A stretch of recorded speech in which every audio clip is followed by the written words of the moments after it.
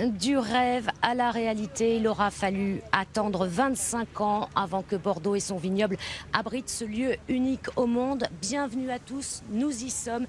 Depuis ce matin, France 3 Aquitaine vous fait vivre en direct cet événement au retentissement international, à savoir l'inauguration officielle de la Cité du Vin, ici dans ce quartier des bassins à flot de Bordeaux. Une inauguration en grande pompe, en présence du chef de l'État. Il avait dit qu'il viendrait, il a tenu parole.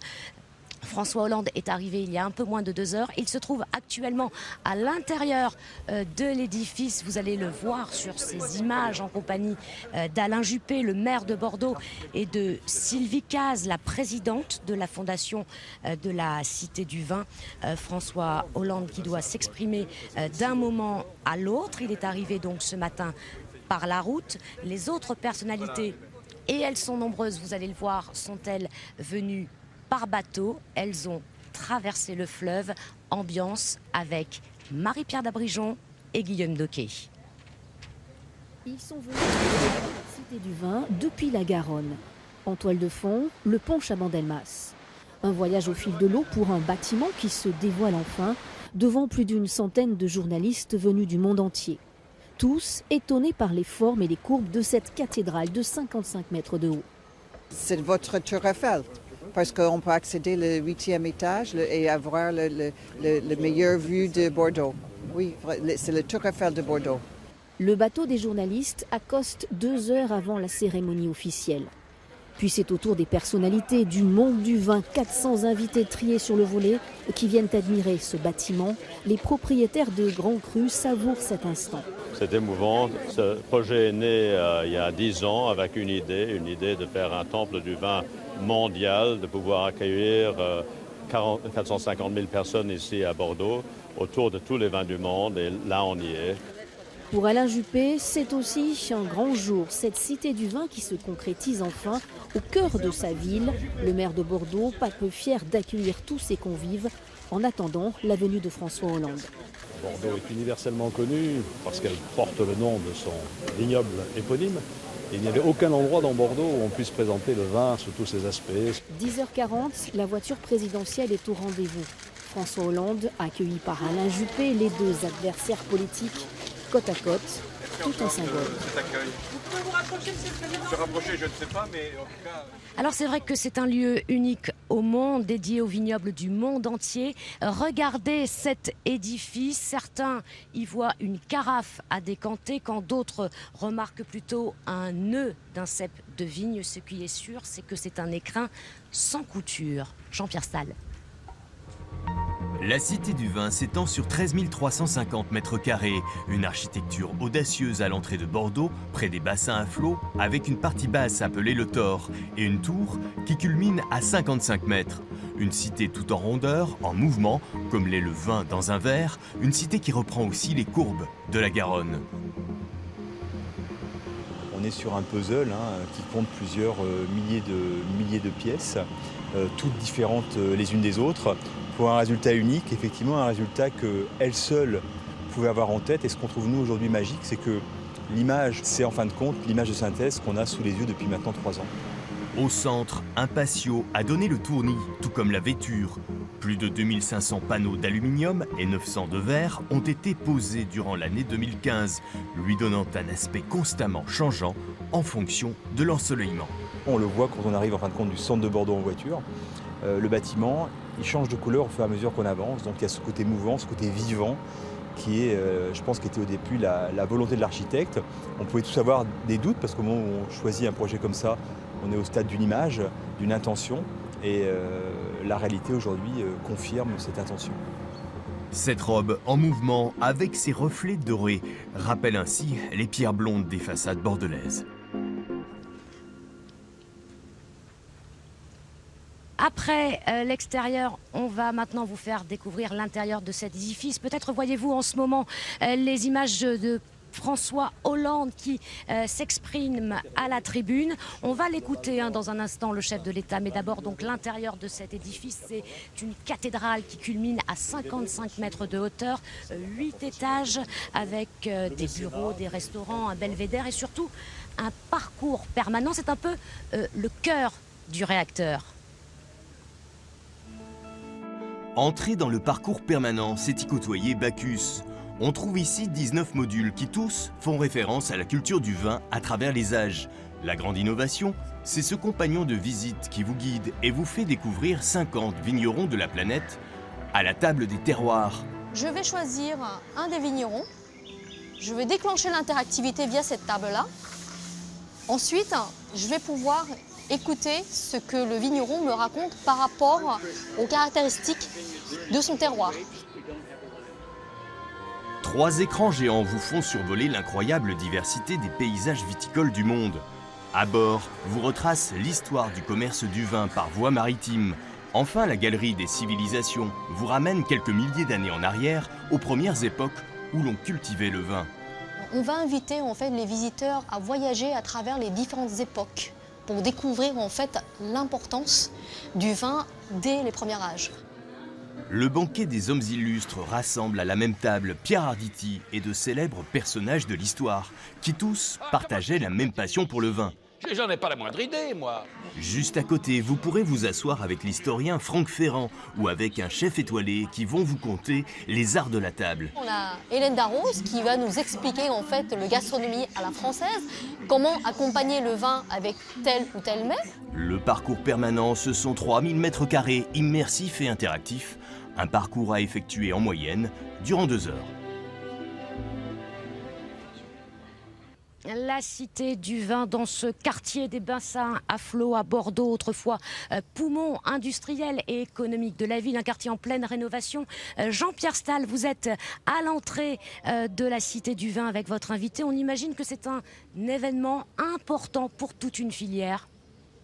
Effectivement, Sandrine, toute la filière est rassemblée ici et écoute attentivement le discours du président de la République. Ce sont à la fois les mécènes, ce sont bien sûr tous les acteurs du monde du vin, propriétaires de châteaux, mais aussi des maisons de négoce. Avec moi, un caviste, peut-être le plus chanceux au monde, puisque on dit qu'il possède la plus grande cave du monde ici à la Cité du Vin. Pourquoi et comment ? Alors en fait, cette cave n'est pas la plus grande du monde par la surface, elle n'est pas la plus grande du monde par le nombre de références, il y a 800 références, mais cette cave est la plus grande du monde par la diversité de pays représentés. Dans cette cave, on pourra trouver des vins de plus de 70 pays, dont certains vins sont pour la première fois importés en Europe et seront dans la cave de la Cité du Vin qui s'appelle Latitude Vin.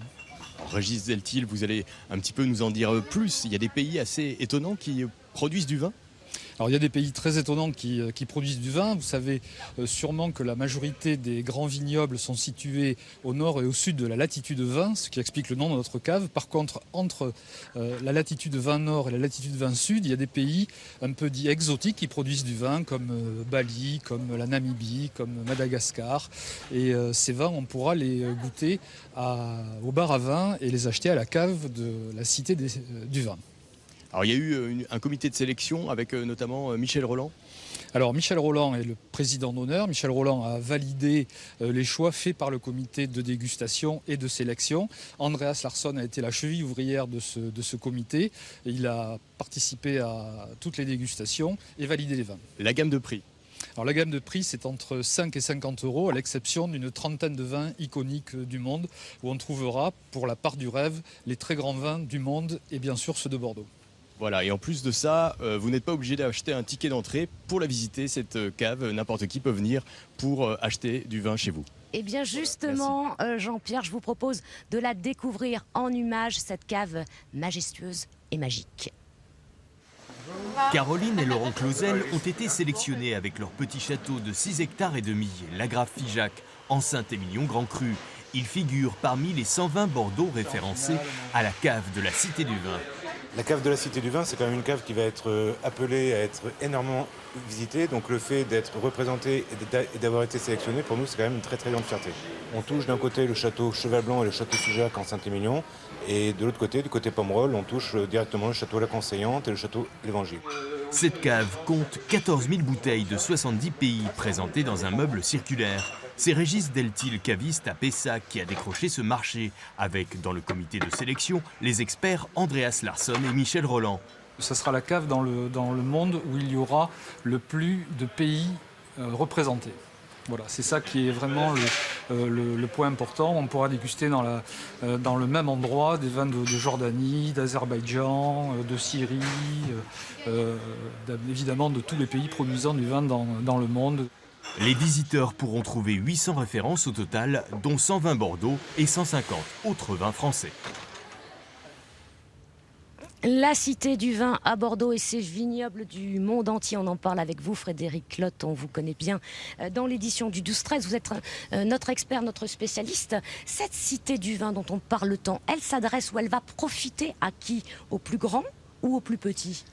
Je dirais que ce qui est souhaitable, et on peut l'imaginer facilement, c'est qu'elle profite à l'ensemble de la filière, à l'ensemble du vignoble, des 9700 propriétés que constitue à peu près qui constitue le vignoble bordelais, aux grands qui sont toujours une référence mondiale en matière d'excellence, mais aussi aux moins grands, à ceux qui ont une notoriété beaucoup plus confidentielle, naturellement aux collectivités, à la région, c'est évident, et puis d'abord aux utilisateurs, c'est-à-dire aux 450 000 visiteurs annuels qui sont attendus, parce que qu'est-ce qu'ils vont venir chercher ici, finalement, c'est de comprendre un petit peu ce que c'est que d'être citoyen du monde du vin. Alors, on parle de 40 millions au bas mot d'euros de retombées économiques par an. Il y a aussi cette ambition qu'est le no-tourisme. Et là, pour le coup, il faut le dire, on a du retard à Bordeaux et dans la région. Ah oui, alors évidemment, si on induit l'Alsace, si on pense à l'Alsace qui a été précurseur en matière de no-tourisme, puisque les premières routes des vins alsaciennes ont été créées en 1953, Bordeaux, pendant très longtemps, campé sur ses positions en s'imaginant que la simple étiquette de Bordeaux suffisait à assurer la promotion de l'excellence du vignoble bordelais. Or, il n'en est rien, et c'est vrai qu'à partir de 2008, quand officiellement le projet a été lancé, beaucoup de crus classés, qui d'ailleurs font partie des 60 mécènes, ont vraiment pris conscience de la nécessité d'avoir un esprit d'accueil. Alors, vous me tendez la perche, justement, on va s'intéresser à ces mécènes parce que cette cité, elle coûte 81 millions d'euros, mais beaucoup de partenaires privés y ont participé, à commencer par les amis de l'oncle Sam. Ils ont tout de suite dit oui, Marie Neuville, avec Sébastien Delalot. À ce moment-là, ils vivent un rêve français, des mécènes, fiers de témoigner de la reconnaissance de l'Amérique à l'égard de la France. Depuis 225 ans, on a des liaisons entre nos deux pays et les deux cultures qui est très très important. Et pour nous de soutenir la cité, c'est une chose magnifique. À la tête des mécènes, George Sape, entre l'avocat d'affaires et le vignoble français, c'est une longue histoire d'amour avec le vin, une histoire d'humanité. Soutenir la cité et ses vertus culturelles coulées de source. Tous les pays qui font du vin sont ici. Ils sont plus d'une soixantaine dans le monde. Aux États-Unis, il y a eu des projets, ça n'a jamais marché car ils étaient trop étriqués, trop réducteurs. Ce centre du futur va bien plus loin et ça n'a jamais été fait. Le million d'euros américain a permis de construire l'auditorium Thomas Jefferson, grâce à qui le vin français est arrivé à la Maison-Blanche. George Sape veut aussi dédier cette cité aux jeunes de son pays. Si vous avez un producteur d'Israël, de Géorgie ou un autre de Jordanie dans une même pièce, ils ne parleront pas du Golan ou du problème iranien, ils parleront de vin. Ils ne seront pas amis pour autant, mais au moins ils se comprendront mieux les uns les autres. Premier mécène de la cité, les Américains comptent bien garder cette place en poursuivant la levée des fonds.